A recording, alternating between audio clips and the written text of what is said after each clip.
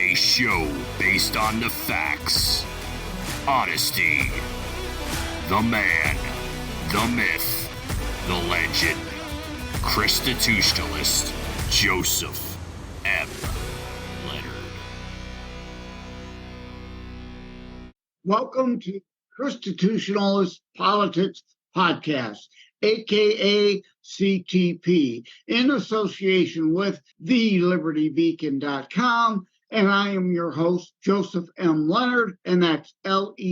CTP is your no muss, no fuss, just me, you, and occasional guest type podcast. I really appreciate you tuning in. As Graham Norton would say, let's get on with the show. Hello, everybody.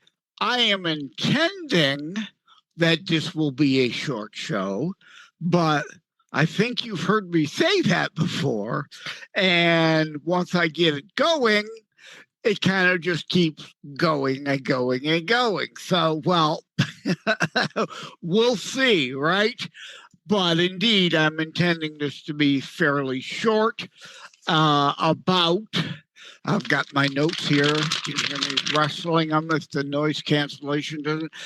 I was going to joke. I got my pencil. Give me something to write on. Van Halen joke. Yeah, no, I got my notes here. I do have something to write with if I need to. But the show title, Hard and Fast Economic Realities, Some Still Trying to Ignore. Now, it will just blow heads up if indeed we try to go through all economics and the concepts of accounting and even basic math that some don't grasp. So you probably know some of these, and at the end of the show, you really know somebody that's confused. Obviously, get them to listen to this episode. Also, maybe for their birthday. Christmas will be too late. We need people to wake up and understand some basic economics before this coming election. Buy them Economics for Dummies and Accounting for Dummies and Basic Math for Dummies. But at any rate, all right, we're going to throw one of those in here early. At any rate, yes, and again, yeah, transcript. I'm laughing at myself. So, indeed, would you rather have a 3% raise or a 6% raise? Well, of course, everybody's knee-jerk reaction is going to be to say, well, 6 is a bigger number than 3. Multiple of 6 is better than a multiple of 3. Well, of course, not so fast. Here's where understanding economics comes in and basic accounting, that there is more to the picture than just those two numbers and your salary. Which are you going to get? Obviously, you always want a biggest amount of increase as you can get, but the question is, are you getting ahead or falling behind? And if you don't follow me yet, let's move away from personal finance and the point I'm going to get to regarding the 6 and the 3 number there. Like, I think, I'm pretty sure I covered this in the When Are You Going to Fight? Bidenomics Part 3 episode, but I want to expound on it more. So, but let's pivot to business. Obviously, not everyone's run a business before, but let's talk in those terms that most people could probably grasp and understand once I get into it. Let's say you acquire a business. I'm not starting up or whatever. Let's talk acquiring a business. All right. So and so says, yeah, I'm selling $1 million of inventory every year. You want in on this? Do you want to buy my business? The answer shouldn't be, oh, hell yeah, 1 million a year? That's great. Because that's not the whole picture. Do you see what's missing there? Right? Yeah, I'm selling all kinds of these widgets for $9 a piece. What's missing there? $9 sale, manufacturer suggested retail price, whatever. $9 a sale doesn't tell the story. Right? Like Paul Harvey, the rest of the story. If that widget costs $10 to make, or your operating costs, all things included, per unit cost of goods sold is $10, you're losing money, right? And the answer isn't to then just, oh, let's just sell more of them at $9 a piece. Because what? If your cost still is $10, you're losing more money. You're going bankrupt even quicker by selling more rather than selling less. So, yeah, hey, you want to buy this business? What is the cost of the items? What is the cost of the goods sold? What is your profit margin per item? Your overall profit revenue a year, a month, a year, a decade, whatever, however you're breaking it down. Because a lot of people understand going into a business, if the first several years, you indeed may likely lose money. But if you're buying into a business, as long as it's profitable already, you hope then you're not going to have to deal with potential first, second, third year startup costs, losses as you're building your business. Now, of course, right, the other thing here or option is, all right, yeah, we still sell it at 9 because we're not going to be able to sell it at 11. People aren't going to pay the 11. They're willing to pay the 9. So what do? Selling more can be an option if distributor A, distributor B, and distributor C that you get items from are willing to drop their costs because you're going to buy more of their stuff to make your widgets, then at an overall lower cost, you get that $9 widget down to $8 cost of goods sold.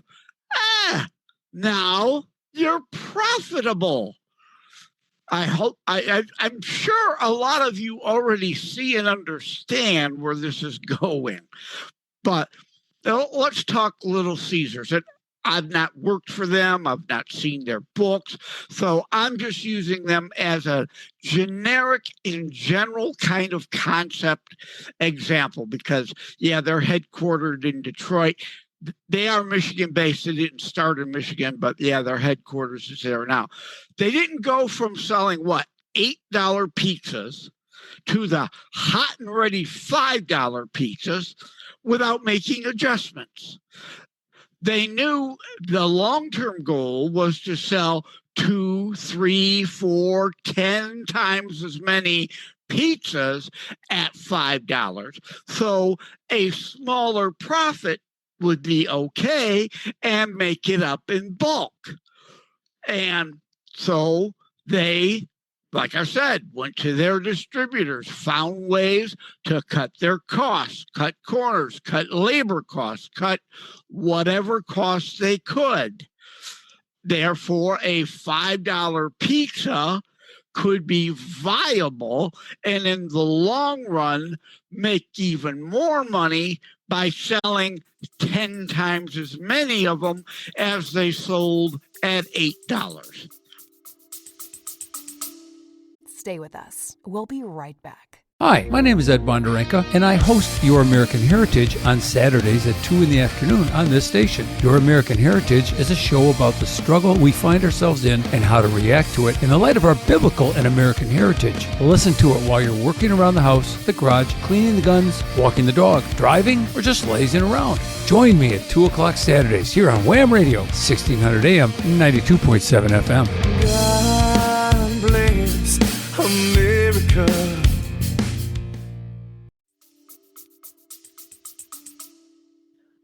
All right. I think you're all with me. I know I probably confused some, but let's now shift back to personal finances, right? Have I made the point? You've got to look at income as well as outgoing dollars, right? Accounting, basic accounting. There are debits and credits. You can't just look at the inflow. You have to know the outflow also. And this is where some people don't get the concept of, okay, yeah, I want the 6% raise, but the hiccup, the catch is that 6% raise is at a time of now hyperinflation. So you're getting more in your paycheck, but guess what? Due to inflation, more is going out. So in actuality, that 3% raise when inflation was only 1.5% was the better deal, actually, right? Left and right, both sides, debits and credits of the ledger. And there's a lot of people out there who are clueless. It's like, I'm getting a 6% raise now, whereas 3 years ago, I only got a 3% raise. Why is my bank account disappearing? Why is my credit card debt having to be run up? That's because you're not smart enough to look at both sides of the ledger, that your outflow has gone up more dramatically than your inflow. You have to look at the whole bigger picture, and why indeed a lot of people need economics for dummies, accounting for dummies, basic math for dummies book. All three, really, right? And to listen to the show because they don't get it. You have to, if you're getting that 6% increase now, as opposed to that 3% then, that 3% was far better than the rate of inflation. So you were actually doing better. You had more buying power. Now, 6% increase sounds great, sounds wonderful. We always want knee-jerk reaction, that bigger number, more in, like in the business case. If I sell 2 million widgets instead of 1 million widgets at $9, but my cost is 10 or went from 10 to 11, I'm losing exponentially more money. Personally, your buying power because of inflation is dropping. You're getting more dollars, but you're getting more and more dollars that are worth less and less due to the inflation bite. And everything, everywhere, costs going up. It's like selling a house. I know a lot of people talk about, oh my God, I can't believe my house is worth $200,000 now.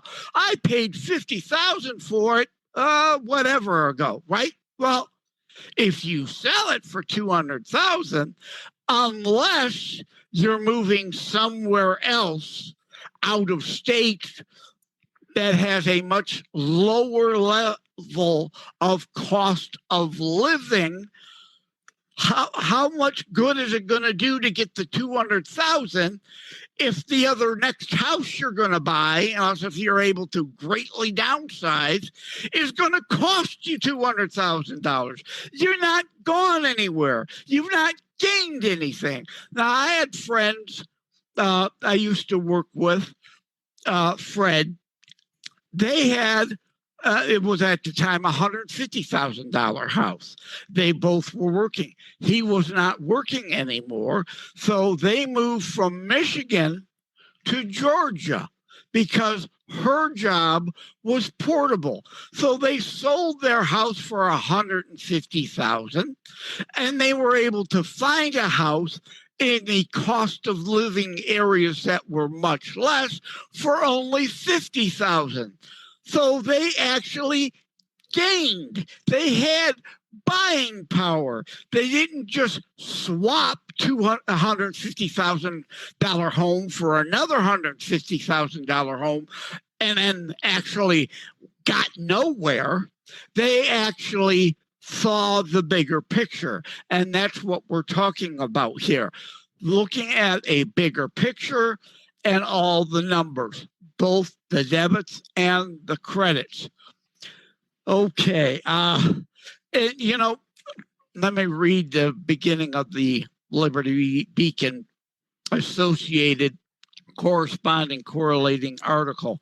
So, oh my God, OMG, right? OMG, really? Seriously? Saw one of those man on the street interviews a few weeks ago and just about fell off my couch laughing. No, seriously, literally almost fell off my couch. I was laughing so hard. And some, especially one of the highlighted persons interviewed about economy, Joe Biden getting proper credit or blame for how you perceive the economy. Time for a serious discussion about some very basics far too many U.S. citizens have no clue about. And that's why I had to do this show. And that's what we're talking about here. It's like, wow, I've got all this more money coming in, but completely delusional and ignoring the fact that she's spending twice as much for groceries, twice as much for her electric bill, twice as much for her gas bill. She's actually losing ground, but all she has is the blinders on. I got a 6% raise instead of a 3% raise. Again, completely devoid of reality and able to see the whole thing. I've mentioned it before in another show about the forest for the trees, right? That old saying or concept. She's so focused on the one tree, this little itty bitty tree, she doesn't see any of the other trees around, and her tree actually might die because the other trees are crowding it out, shading it out. It's not getting enough sun. It's not getting enough water. And she's wondering why her tree is dying. So indeed, at any rate, in all seriousness, this indeed is going to be a short show. I indeed could go on and on. The notes, right? Inflation, we touched on that.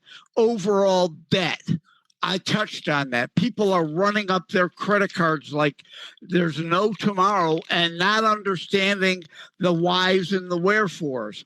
Your wages, federal minimum wage, I'm not even going to go into that, how that lands up creating more inflation, right? The real minimum wage is zero.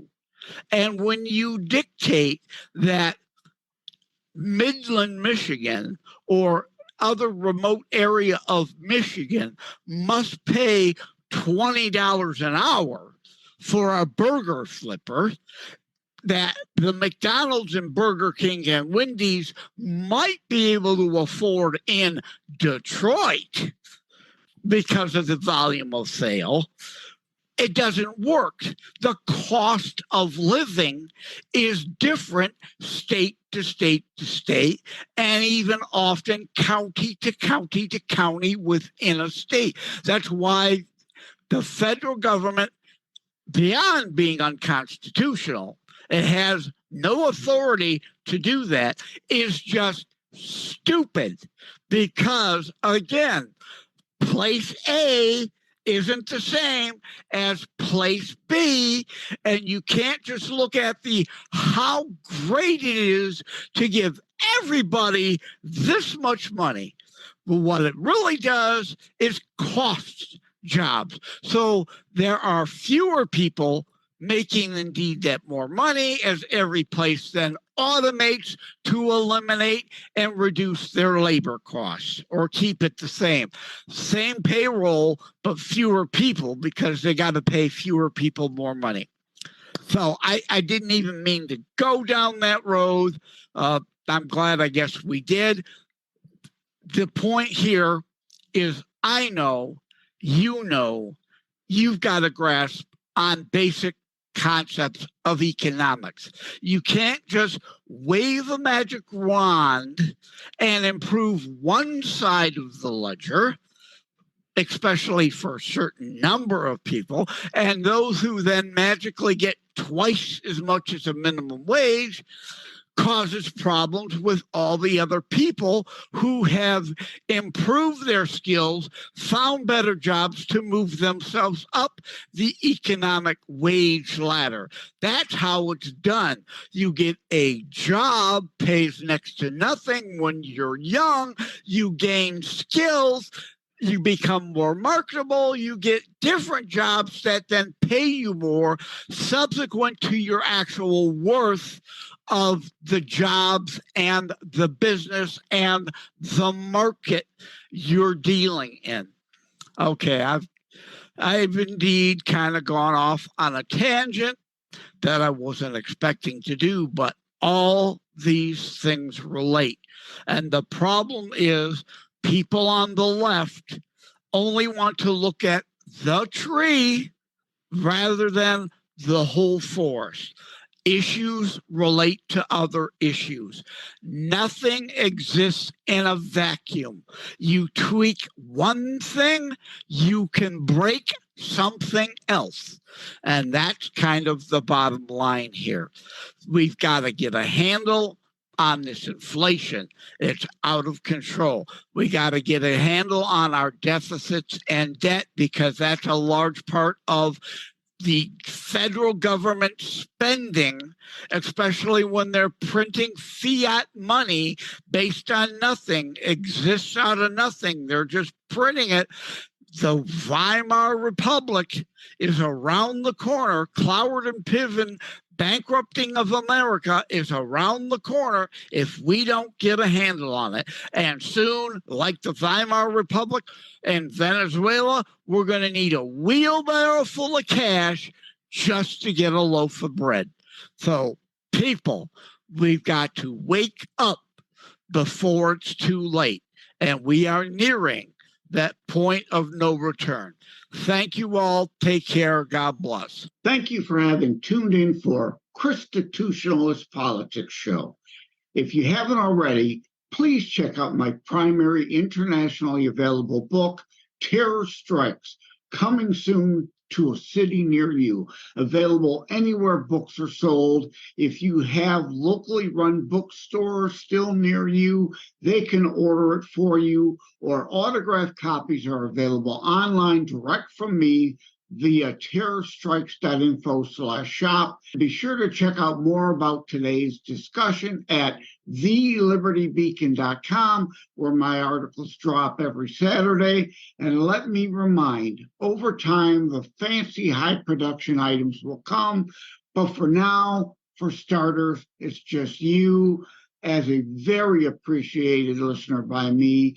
All substance, no fluff, no fancy high production intro or inserts, at least yet, just straight to key discussion points. A show that looks at a variety of topics, mostly politics, through a Christian U.S. constitutionalist lens.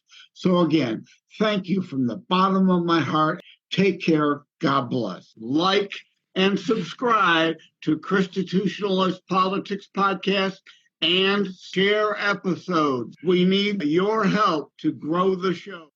It is a myth that terrorism stopped during COVID. Unfortunately, mainstream media opted to prioritize pandemic hysteria over promoting all news. Terrorism continues. Simply hoping that it doesn't affect you is not a strategy. The new book, Terror Strikes, coming soon to a city near you, featured on The Author Show, is now available in paperback from bookstores, online, or as an ebook exclusively through Amazon Kindle. Terror Strikes, coming soon to a city near you by Joseph M. Leonard. Order today.